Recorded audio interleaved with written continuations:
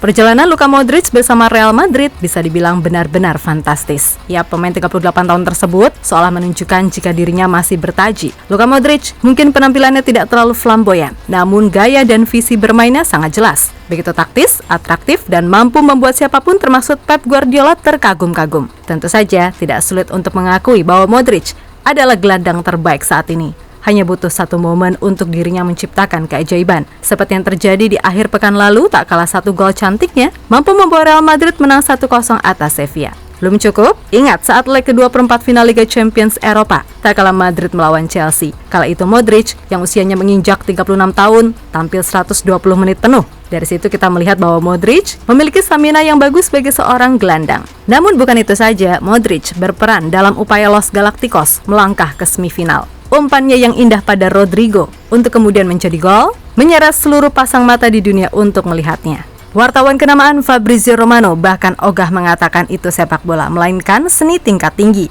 Ya, apa yang ditunjukkan Modric bahkan juga membuat legenda timnas Italia, Alessandro Del Piero terkagum-kagum. Namun yang pasti perjalanan Modric untuk mencapai ini semua dalam karirnya sangatlah tak mudah.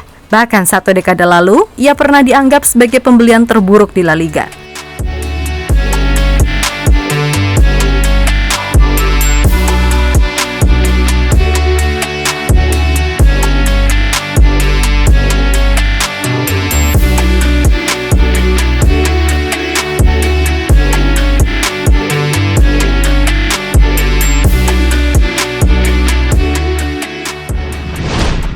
...27 Agustus 2012, Luka Modric untuk pertama kalinya menginjakan kaki di rumput Santiago Bernabeu. Dengan bandrol 30 juta pound sterling, Real Madrid sukses menggait gelandang yang ketika itu berumur 27 tahun dari Tottenham. Yap, suka tak suka, ada peran Jose Mourinho dalam perekrutan ini. Mourinho yang masih mengambil kendali, meminta Florentino Perez untuk mendatangkan Luka Modric apapun caranya. Bagi Mo, ia jelas sangat membutuhkan jasa Modric di timnya. Apalagi Modric dianggap memiliki teknik bermain yang bagus dan visi bermain yang cemerlang. Dia bisa memainkan bola pendek maupun panjang, mencetak gol di luar arena, punya kualitas dalam membuat keputusan, kecepatan berpikirnya baik. Terang Jose Mourinho pada media Kroasia, Sportske Novosti ketika itu.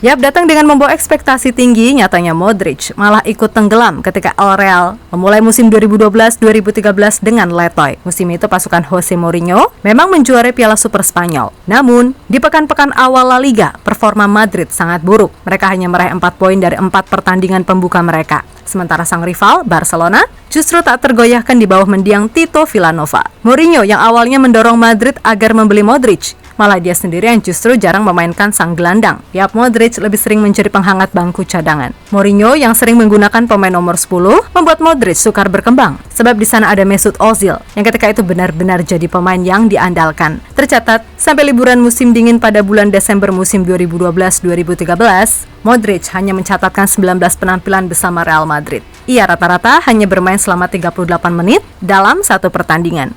Dan Modric hanya mampu mengemas 1 gol.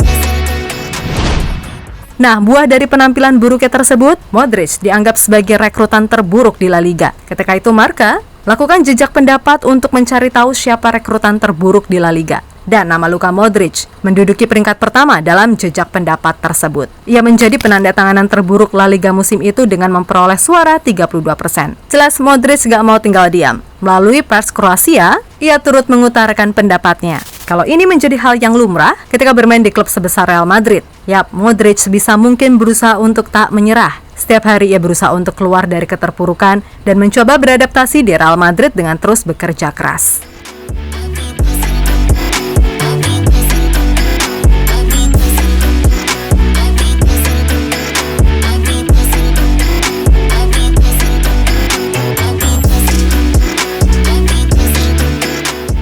Nah, pelan tapi pasti, Modric menemukan cara nih agar dia bisa mendapatkan menit bermain lebih, yang mana salah satunya adalah mengikuti kemauan Mourinho. Ya mau tak mau, suka tidak suka, Modric mesti mengikuti pola yang disusun Mourinho. Jika Mourinho menginginkan ia mengambil peran nomor 10, maka Modric harus bisa melakukannya tanpa mengeluh sedikit pun. Meskipun begitu, Mo juga paham kalau potensi Modric akan lebih keluar bila ia main sebagai gelandang tengah. Maka dari itu, ketika melawan Dortmund di leg kedua semifinal Liga Champions 2012-2013, Mo menempatkan Modric sebagai pivot dan bergerak lebih dalam untuk bermitra dengan Xabi Alonso. Hasilnya pun oke, sebab dalam laga yang dimenangkan Madrid 2-0 tersebut, Modric berhasil melakukan 70 operan sukses. Jumlah itu 2 kali lebih banyak dari leg pertama. Sayangnya walaupun menang, Real Madrid gagal melaju ke final, usai kalah agregat 4-3 atas Dortmund.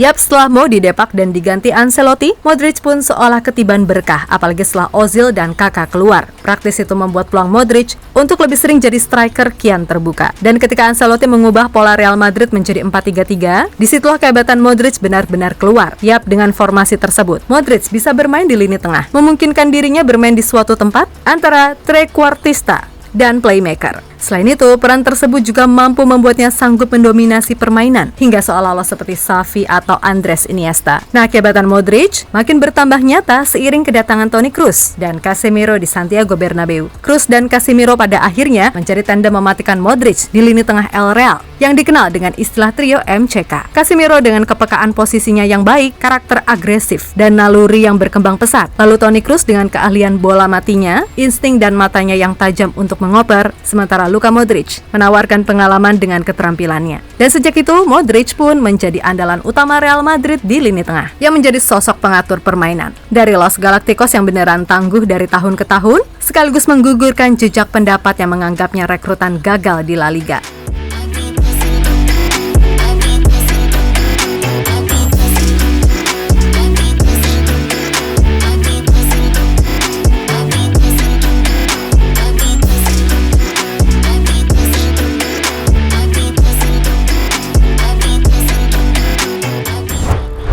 Ya, berkaca dari cerita tadi, jelas Modric ini adalah pemain yang layak mendapatkan cinta lebih dari publik Santiago Bernabeu. Bahkan di usianya yang udah 38 tahun, ia masih konsisten bersaing di level tertinggi. Selain itu, kepribadian Modric yang kalem dan gak aneh-aneh membuatnya sulit untuk dibenci. Bahkan Pep Guardiola sampai menyebutnya sebagai pesepak bola penuh fantasi. Itu sesuatu yang disebut sepak bola fantasi. Ketika Anda berbicara tentang pemain yang ajaib, itu adalah Luka. Kata Guardiola seperti dilansir 442. Yap, Luka Modric memang layak disebut sebagai legenda. Bahkan ketika masih ada yang meragukannya, ketika meraih Ballon d'Or 2018, Modric sama sekali nggak ambil pusing. Sebab orang-orang mungkin bertanya-tanya kok bisa Modric yang menang? Sederhananya, siapa yang menyangka kalau Kroasia bisa lolos ke final Piala Dunia 2018 dan Modric menjadi komponen utama yang menginspirasi timnya.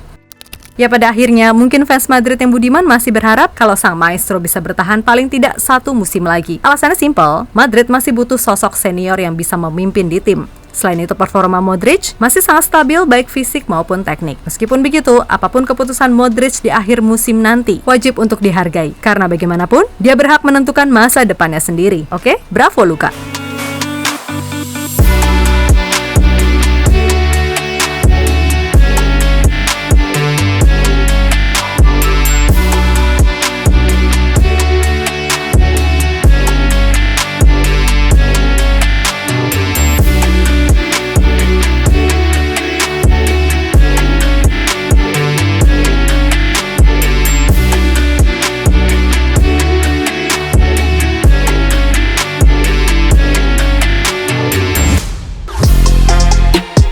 Halo, izin iklan sebentar ya guys. Jadikan ruangmu bernuansa timnas. Temukan beragam poster dinding, sepak bola dan timnas dengan desain menawan, kualitas premium dan harga yang tidak akan menguras kantong. Segera klik link Shopee di deskripsi video ini dan dukung timnas dengan sepenuh hati.